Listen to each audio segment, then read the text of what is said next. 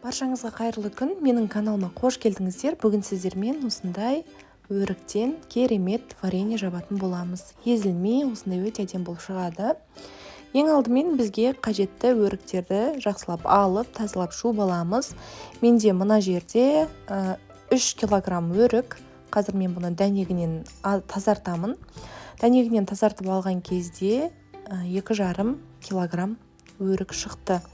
Осы 2,5 килограмм өрікке мен 2 килограмм шекер салдым. Егер өріктеріңіз қатты тәтті болатын болса, 2 килограмм жетеді, ал егер тәтті емес болатын болса, бірге бір қосуға болады. 2,5 килограмм өрікке 2,5 килограмм шекер.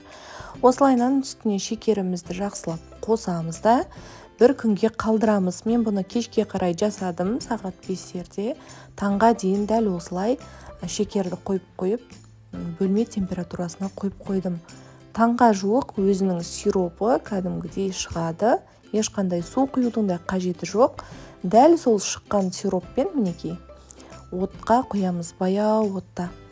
Бір қайнағаннан кейін 5 минуттай ғана орташа отта беті бүлкілдеп сәл жыбырлағанша қоямыз да өшіріп қоямыз, қайтадан суығанын күтіп. Жақсылап суығаннан кейін тағы да осы процесті қайталаймыз. Бетіндегі көпірікті негізі алмаса да болады. Мен кішкене ғана алдым, ол шекерлер өз солай көпіріп бетіне шығады екен. Мінекей басылып суығаннан кейін тағы да орташа отта қайнатып аламыз.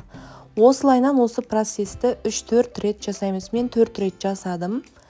Дәл осылай суығанын күтем тағы да 5-6 сағат. Одан кейін тағы да осылай бір қайнатып аламын 5 минуттай. Дәл осылай 3-4 рет жасайсыздар. Сол кезде осындай мед сияқты өте керемет сіздерде варенье шығатын болады. Енді кезекте банкілеріңізді жақсылап булап аламыз. Буланып тазаланған банкімізге вареньемізді жақсылап тұрып құятын боламыз. Банкының қақпағында қайнап тұрған суға салып булап алған дұрыс. Сол кезде бүкіл микробтары кетеді. Менде 2 килограмм өріктен 2 литрлік банкадан 2 шықты.